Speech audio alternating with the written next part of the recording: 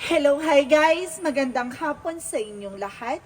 This is Chin Rodriguez from Masagari Channel, a faith healer, also mata reader. Sa ngayong hapon, natatigan natin na nagsasabihin sa'yo ng ating mga gabay. So this is special gabay for the month of February 21 hanggang February 27 for the sign of Capricorn. So Capri, welcome to my channel. Ano kayang messages, advices, and spirit guides ang ating masasaga for today's video? Kano naman kayang energy o kaganapan sa buhay ng mga Capricorn ng ating mga agilap? So guys, this reading is a general reading namang hindi lahat makaka-resonate. Kunin lamang po makaka-relate sa inyo and comment down below kung kaninong energy ang ating nasagap. And of course, don't forget to watch this video. Charis. So guys, ito na, diba? Ang daming ganache. Eto na.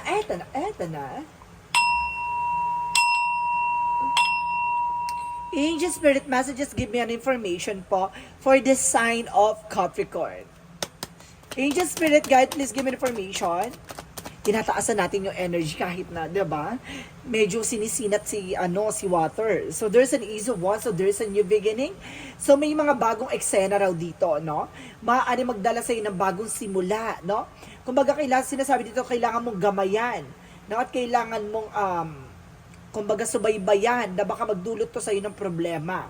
No, kumbaga sinasabi sa iyo, there's a new beginning, pero kailangan mo pa rin maging mahinahon. And because there's the Seven of Coins, represents the Seven of Pentacles. Sinasabi dito na harvest time. So at the end of the time, magda-harvest ka naman. Diba?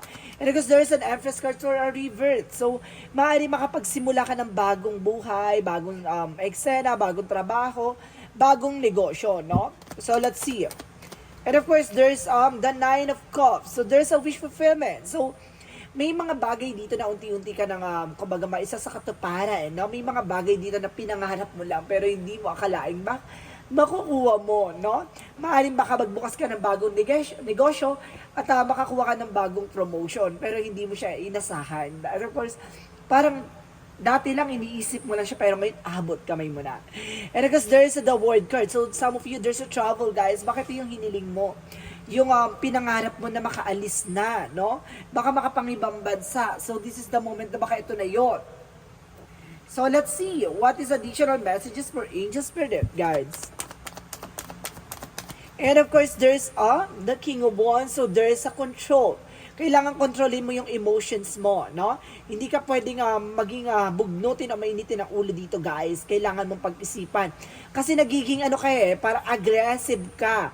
Gusto mo agad-agad. So, kailangan mong matutong habaan ng pasensya mo. So, there's an Ace of Wands for the Temperance. So, there's a perfect timing. So, may mga bagay dito na talagang, diba, after the storms, there's a rainbow. So, ibig sabihin dito, kumbaga mararanasan mo talaga yung pasikot-sikot na kagipitan, kalungkutan, at yung mga bagay na yan, kumbaga there's a consequences, no? Kumbaga makukuha mo what you deserve. So let's see what is the Seven of Coins. Represent the Two of Coins. So there's a balance. So magiging balanse ka dito sa pag-harvest, no? Ng mga pinaghirapan mo. Lahat ng mga sakripisyo mo ay makakamtan mo. So let's see what is the Empress card. So there's the Seven of Wands. So, protect your power, protect your energy. Protectionan mo yung grounds mo, no? Protectionan mo yung pinaghirapan mo. Protectionan mo ang sisimulan mong eksena. No? Trabaho man yan, negosyo. Kumbaga sinasabi, kailangan mong protectionan. No? And of course, there is a magician for a manifestation. There's a power by God. So, ibig sabihin dito with the Nine of Cups, kumaga tinutupad ng ating universe, rather na ating Panginoon, yung mga hiniling mo, no? And of course, there's the Full card, no? Dahil sinubukan ng pananampalataya mo at tiwala mo sa ating Panginoon, eto na. So, ito na yung katuparan sa mga hiniling mo. So, let's see what is the King of Wands. Represent the Three of Coins, collaborations, no? Communication. So, kailangan mo transaction na maayos, makipag-usap, kailangan mo there's a unity, no? Kailangan, kumbaga, marunong kang makiramdam, marunong kang umunawa, at marunong kang magpakumbaba. And of course, there's a, Ace of Wands and the Temperance represent the Ace of Cups. So, there's a new offer and new love life coming in. So, some of you guys, no, nasaktan kayo dulot ng mga nakaraan yung relasyon. Kumbaga, hindi lang kayo iniwan, hindi lang kayo inabandona, no?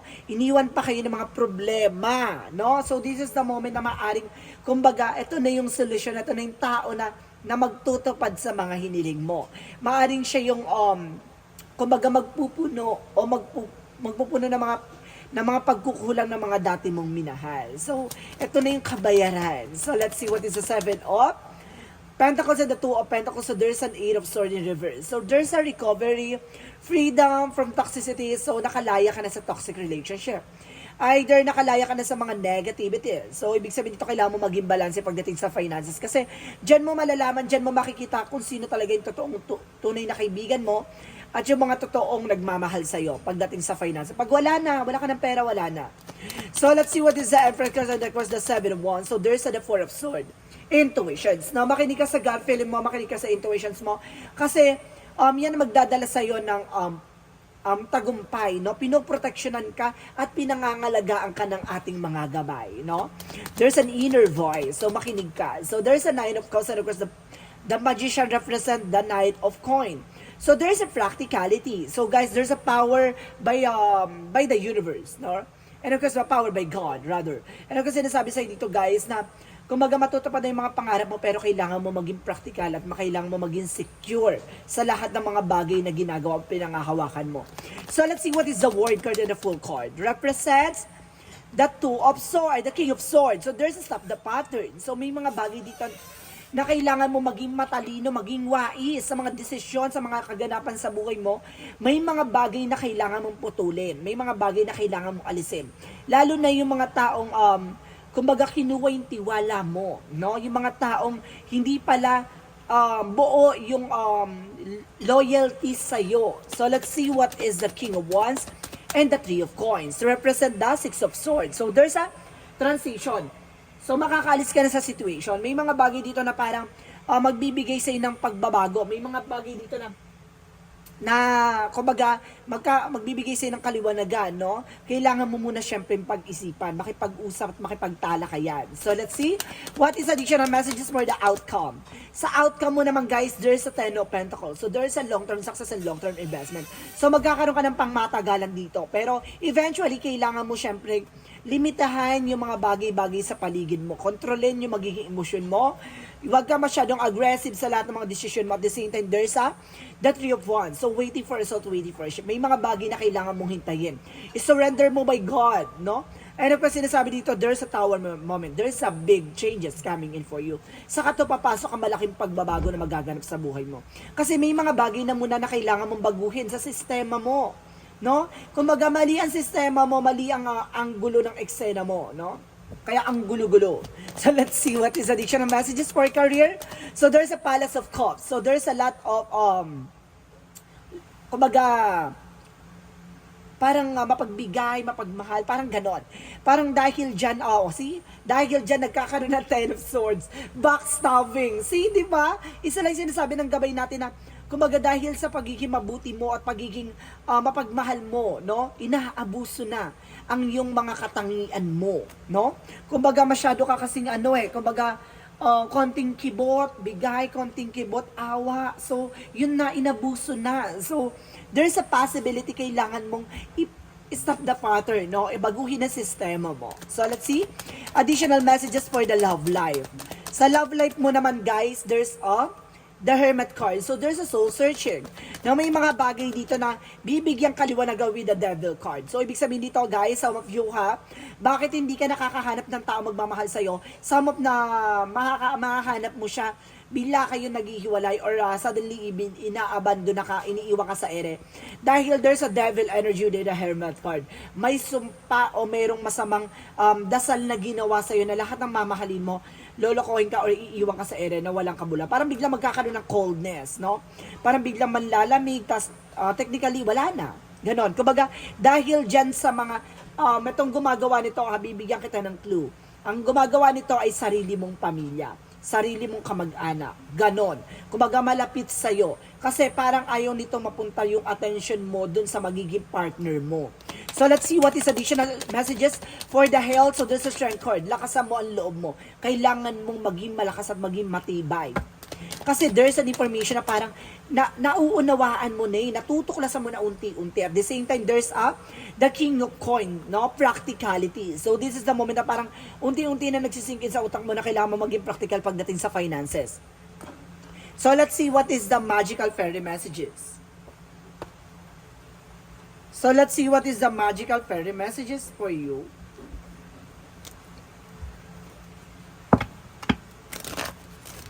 For a magical fairy messages.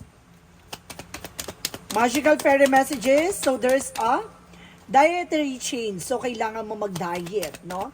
Kailangan mo ayusin yung pagda-diet mo. At the same time, there's a autumn. So there's a harvest time at the end of the time, no? Kumbaga pagkatapos ng mga kaganapan na yan, mag-harvest ka na. And there's an emotional healing. So ito na, no?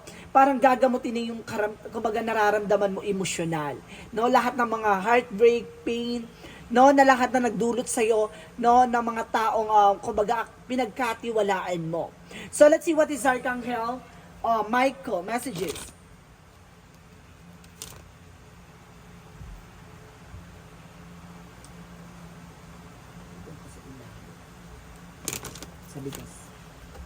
Archangel Michael messages.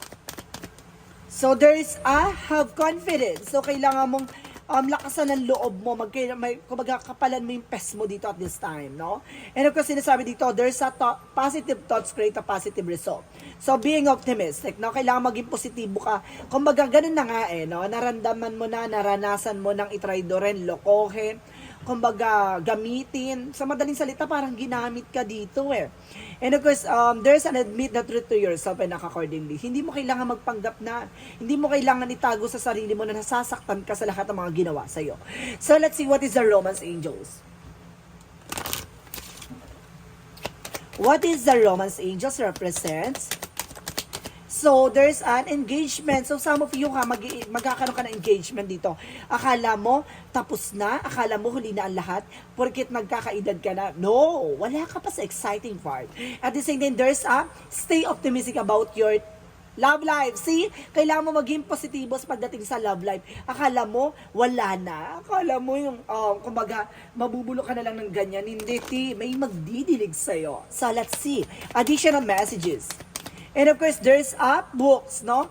Kumbaga, ikaw yung magsusulat ng sarili mong pahina, no? Maaring binabasa na ng iyong kapalaran, no? And of course, there's a light and love. So, magbibigay kaliwanagan pagdating sa buhay, pag-ibig.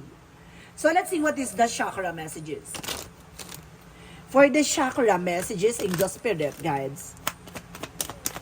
For the chakra, so there's a perseverance. So, may mga bagay dito na kailangan mo pagtiyagaan. May mga bagay dito na kailangan mo munang gamayan at kailangan mo maging tahimik. And there's a gossip, no? Maraming chismakers sa paligid mo, ha? Maraming marites, maraming mga chismosa, maraming mga gumagawa ng drama. There's a perfection. So, may mga bagay dito na kailangan mo, siguro parang sa madaling salita perfection sa akin dito, parang kailangan mong buuin or kailangan mong ayusin yung mga bagay-bagay, no?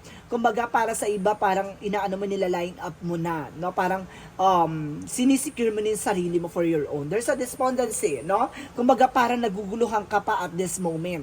Parang feeling mo, kumbaga, ano ba nangyari? Kumbaga, lahat naman parang binigay mo, pinagkatiwalaan mo, pero bakit ganun? Ganun talaga, no? Maluloka ka na lang sa mga taong nasa paligid mo.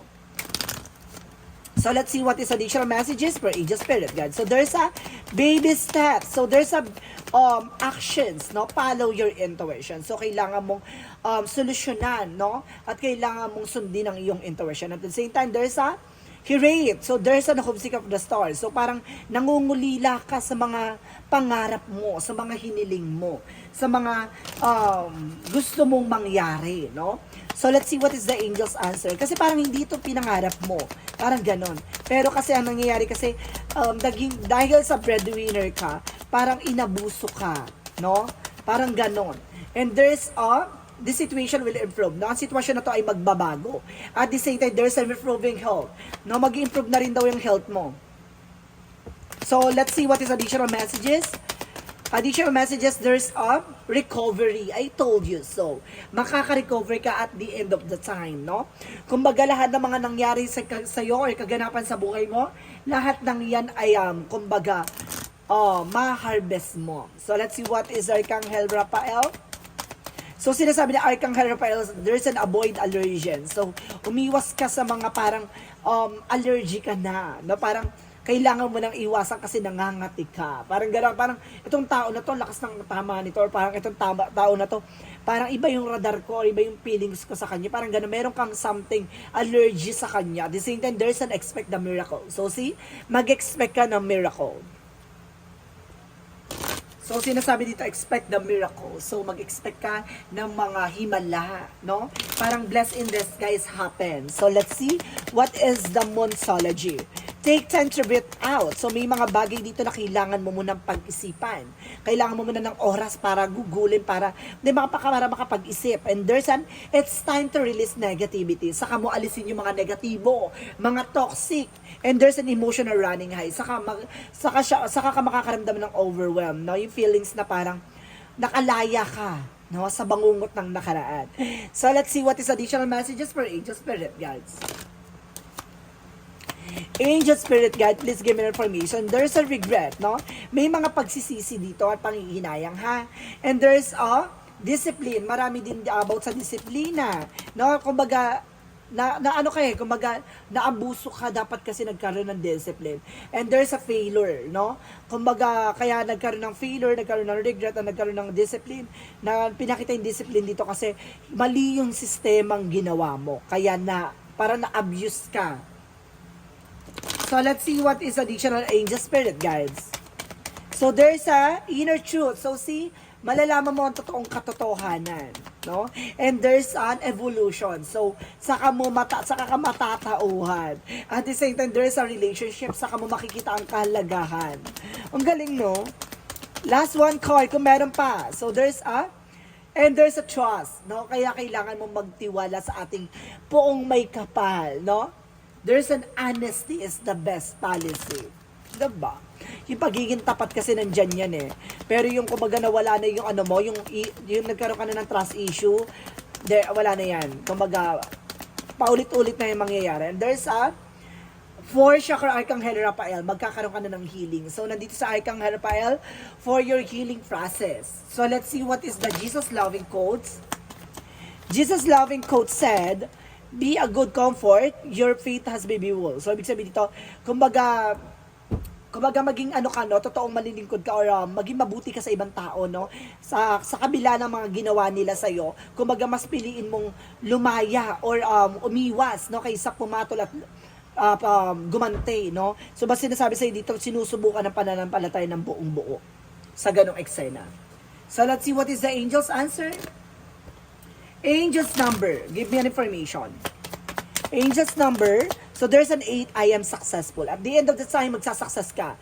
Your talents for setting and reaching goal is like no other. You are self-sufficiency and capable of achieving your ambitions, representing the ebb and flow that infinite loop of creation. So see, lahat ng mga bagay-bagay matutuklasan mo, lahat ng mga bagay malalaman mo. Kumbaga walang imposible sa iyo at walang hanggan na kaalaman at walang hanggan na matututunan at walang hanggan na kasaganahan ng ipagkakalob sa iyo. So let's see what is the messages of life. So let's see what is the messages of life. So there's a trusting. So talagang, diba, parang sinubok talaga yung tiwala at pananampalataya mo dito. There's a today, I trust in God. No matter what happened, as my day unfold, I will remember to remain in harmony. I will maintain my sense of humor. I keep my focus on God love for me. This way, I will minimize drama and increase my inner spiritual strength. So see, kumbaga lumakas yung spiritual abilities mo, or spirituality mo, or fighting spirit mo dahil sa mga nangyari sa buhay mo. Kumbaga nagtiwala ka, sinira, kumbaga niloko, nagkaroon ng abandona. So ngayon kumbaga nagtitiwala ka sa ating Panginoon. Kaya siguro nangyari yan dahil nila-line up ka sa may mga magaganda pang pagbabago magaganap sa buhay mo. Keep and trusting in God. So guys, this is a special goodbye for the month of February 21 hanggang February 27 for this sign of Capricorn. So, Capri, maraming salamat for this wonderful reading. So, once again, this reading is a general reading namang hindi lahat makaka-resonate.